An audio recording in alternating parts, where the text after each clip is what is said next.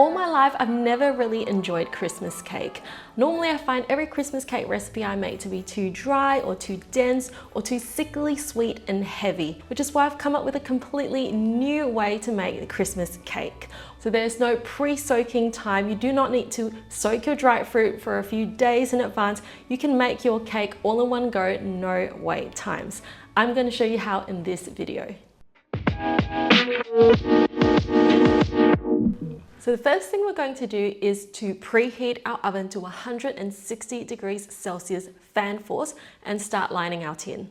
There are many ways you can line your cake tin. I'm just using some non-stick baking parchment here, cutting it to size for the round on the bottom and some strips on the side, and I'm just using some vegetable oil spray to adhere these pieces onto my cake tin. Now we're going to go ahead and cut up our dried fruit, basically any of the dried fruit that is quite large, like the apricots and the pitted dates, as well as the glacé cherries. We're going to cut them to about 5 to 7 millimeters in thickness.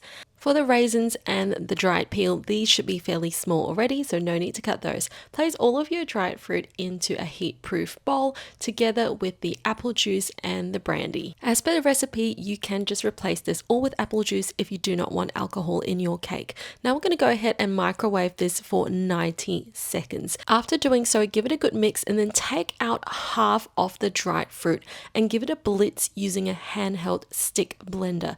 Do not blend this into a smooth pulp. You want it to be a chunky blended pulp, just like this. Totally non-traditional, but this is our baking hack to speeden up the soaking process so that we can make this Christmas cake in an instant, but have all of the richness of pre-soaked fruit. Now it's time to make our cake batter. This is a creaming method recipe. We use our butter, oil, and soft brown sugar, and we're going to beat this up until it is pale and fluffy. If you're using a stand mixer, then use the paddle attachment in your stand mixer. Make sure you scrape the bowl halfway through so that you do not have any unmixed portions at the base or sides of the bowl. When your mixture is creamy, fluffy, and smooth, you want to add in your eggs one at a time. It's really important that your eggs are at room temperature and that you add your eggs in one at a time. This is going to ensure that your batter stays smooth and doesn't split. So if your batter starts to split at any point at this stage, it's probably because you have added in your eggs too quickly or your eggs are too cold. The other wet ingredients to add in are your molasses, your sour cream, as well as our vanilla bean paste. All of that goes in and just give it a good mix to combine.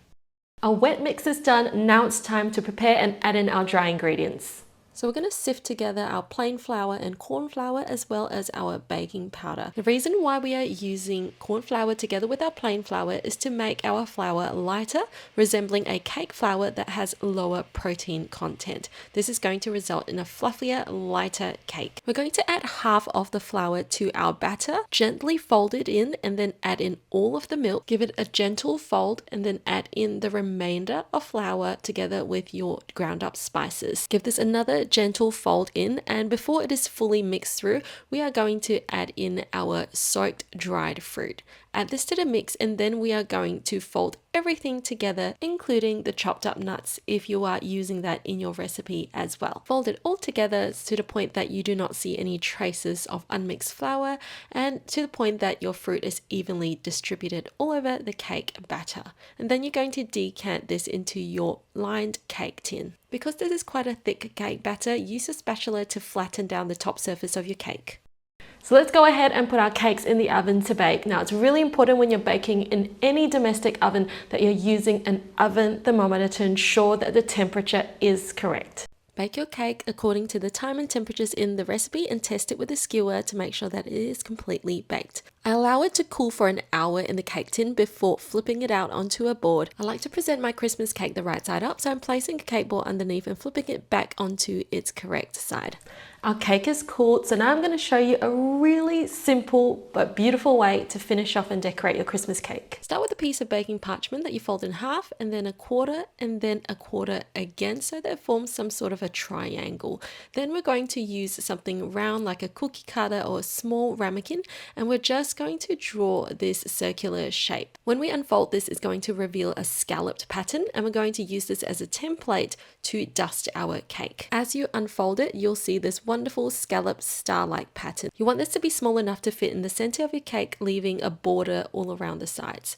I'm just spraying a little bit of oil onto it so that it adheres and sticks onto our cake and doesn't move around, whilst I dust some icing sugar all along the sides to create this beautiful snowy border. Gently lift off your baking parchment guide to reveal this gorgeous pattern that you've just created on your cake. In the center, you can decorate it with any dried fruit. I find glacé cherries work best, and a nice neat little pile in the center. And this is your Christmas cake completed. Smells so good. It's so moist, so delicious, but lighter than a majority of traditional Christmas cakes. I can genuinely say this is the only Christmas cake that I've enjoyed eating. It is the best Christmas cake I've ever had, and the fact that there is no long pre-soaking time means that you can make this even on Christmas Eve and have it ready for Christmas Day. This is definitely one to keep in the recipe tin and bring out every single Christmas. The full detailed recipe with all of the measurements can be found on my cake blog, and you will see the link for that down in the description box below. If you like this tutorial, remember to hit that like button and to subscribe to my channel. I have a whole lot more incredible tutorials coming your way next year.